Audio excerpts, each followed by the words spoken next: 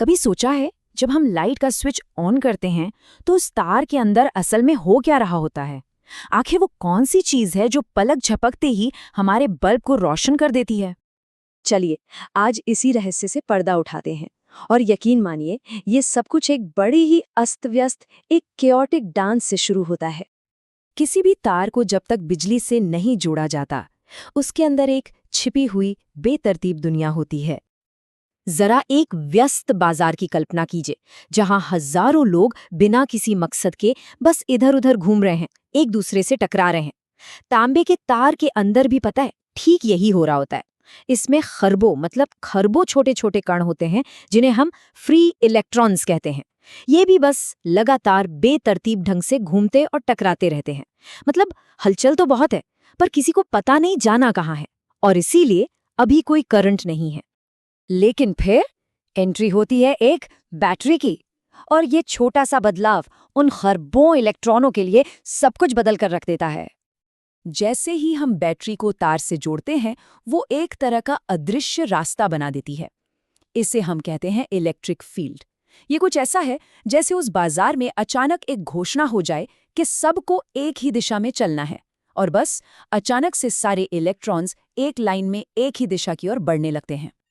इसी धक्के को, इसी पुश को हम वोल्टेज कहते हैं।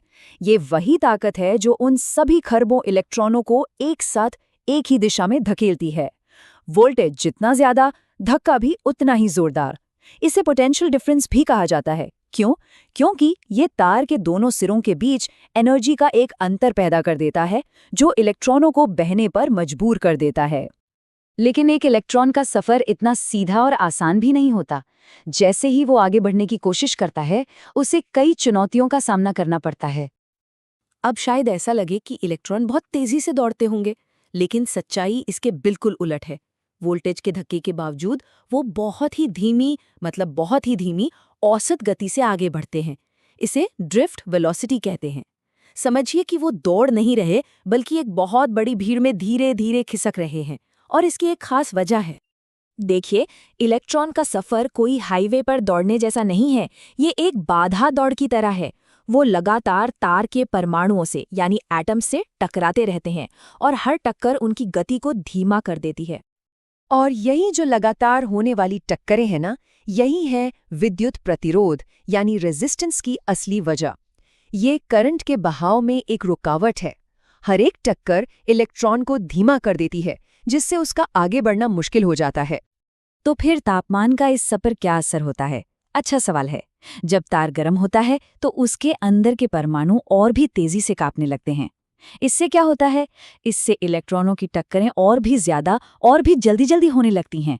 उन्हें दो टक्करों के बीच, कह सकते हैं, सांस लेने का भी वक्त नहीं मिलता। इसी को रिलैक्सेशन टाइम कहते हैं। तो नतीजा क्या निकला? उनकी जो औसत रफ्तार है वो और भी धीमी हो जाती है, और तार का प्रतिरोध बढ़ जाता है। तो अभी तक हम एक अकेले धीमे से इलेक्ट्रॉन की कहानी देख रहे थे, लेकिन बिजली की असली ताकत एक इलेक्ट्रॉन में नहीं, बल्कि खरबों इलेक्ट्रॉनों के एक साथ बहने में है, बिल्कुल एक नदी की तरह। और चार्ज की इसी नदी को हम इलेक्ट्रिक करंट कहते हैं। ये बस इस बात का एक माप है कि हर सेकंड में एक जगह से कितने इलेक्ट्रॉन्स गुजर रहे हैं। भले ही एक इलेक्ट्रॉन कछुए की चाल चल रहा हो, लेकिन जब खरबों इलेक्ट्रॉन एक साथ चलते हैं तो उसका असर बहुत जबरदस्त होता है। अंदाजा लगाइए, सिर्फ 1 एम्पियर का करंट, जो हमारे घरों में बहुत आम है, उसका मतलब है कि हर एक सेकंड लगभग 600 करोड़ अरब इलेक्ट्रॉन तार के एक पॉइंट से गुजर रहे हैं। ये संख्या इतनी बड़ी है कि सोचना भी मुश्किल है। और ये फॉर्मूला इन दोनों दुनियाओं को, यानी एक छोटे इलेक्ट्रॉन की दुनिया और बड़े करंट की दुनिया को जोड़ता है। यहाँ I हमारा करंट है। ये किस पर निर्भर करता है?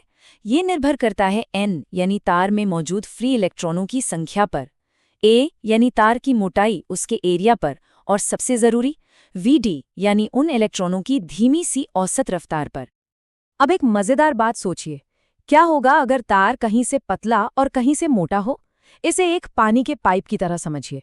अगर पाइप आगे जाकर संकरा हो जाता है तो पानी को उसी मात्रा में निकलने के लिए अपनी रफ्तार तेज करनी पड़ती है ना? बिल्कुल इसी तरह जब तार पतला होता है तो उतने ही करंट को बनाए रखने के लिए इलेक्ट्रॉनों को तेजी से चलना पड़ता है। उनकी ड्रिफ्ट वेलोसिटी बढ़ जाती है। तो हमने धक्के यानी वोल्टेज, बहाव यानी करंट और रुकावट यानी रेजिस्टेंस की बात कर ली। अब देखते हैं कि ये तीनों चीजें एक बहुत ही सरल से नियम से कैसे जुड़ी हुई हैं। तो बड़ा सवाल ये है कि ये धक्का, ये बहाव और ये रुकावट, ये सब आपस में जुड़े कैसे हैं? इनका रिश्ता क्या है? हमने 3 मुख्य खिलाड़ियों को पहचाना है। एक है धक्का यानी वोल्टेज V, दूसरा है बहाव यानी करंट I और तीसरा है रुकावट यानी रेजिस्टेंस R। और इन तीनों को जोड़ने वाला नियम कमाल का सरल है। इसे हम ओम का नियम कहते हैं। V बराबर I गुणा R, यानी धक्का जो है वो बहाव और रुकावट के गुणनफल के बराबर होता है। अगर आसान भाषा में समझें तो इसका मतलब ये है कि अगर आप धक्का यानी वोल्टेज बढ़ाएंगे तो बहाव यानी करंट भी बढ़ेगा। बस शर्त यह है कि रुकावट यानी रेजिस्टेंस न बदले। ज्यादा धक्का, ज्यादा बहाव, बस इतना ही। और यही एक नियम हमारे सारे इलेक्ट्रॉनिक गैजेट्स की बुनियाद है। तो ये पूरी कहानी हमें एक बहुत ही दिलचस्प सवाल पर लाकर छोड़ देती है। अगर एक एक इलेक्ट्रॉन इतना धीमा चलता है तो फिर स्विच दबाते ही लाइट तुरंत कैसे जल जाती है? जवाब है उस धक्के में। जो इलेक्ट्रिक फील्ड है वो अदृश्य रास्ता, वो लगभग प्रकाश की गति से बनता है और तार में मौजूद सभी इलेक्ट्रॉनों को एक ही पल में धक्का देता है। बस इतना ही आज के इस विश्लेषण में।